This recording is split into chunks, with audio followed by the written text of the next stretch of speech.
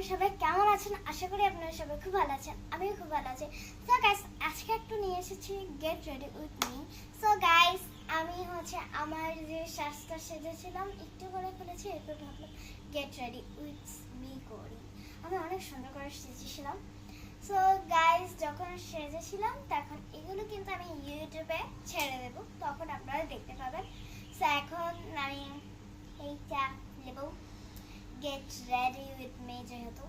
So and then প্রথমে আমি শাড়িটা খুলে ফেলবো, and then আমি কিন্তু অনেক নর্মালস একটা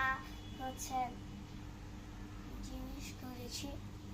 আপনারা আমাকে দেখতে পাচ্ছেন নাকি সেটা আমি জানি না, বাট আমি যে শাড়ি লাগান।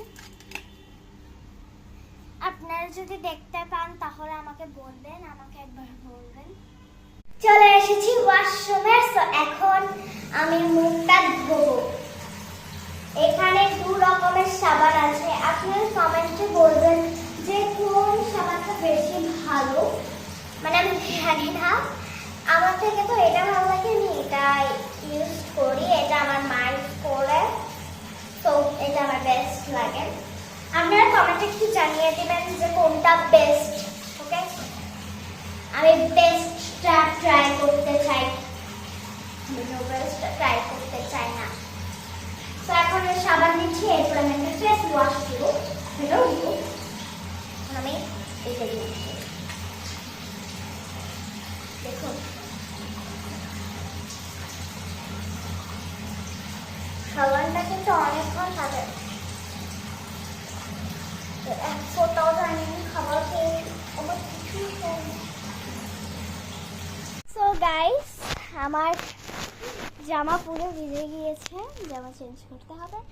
সো গাইস, আমার ফেসটা দেখুন, একদম কত সুন্দর স্মুথলি সব পরিষ্কার হয়ে গিয়েছে,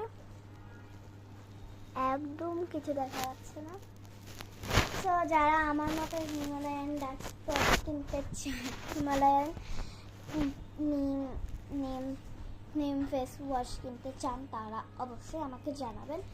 সো আজকের মতো এতটুকুই আমার get no ready with me.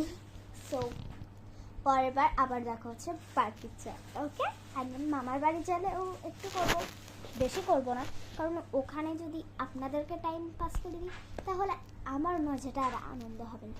আমি ওখানে যেয়ে একদম মজা করতে করতে ফাটিয়ে দিই।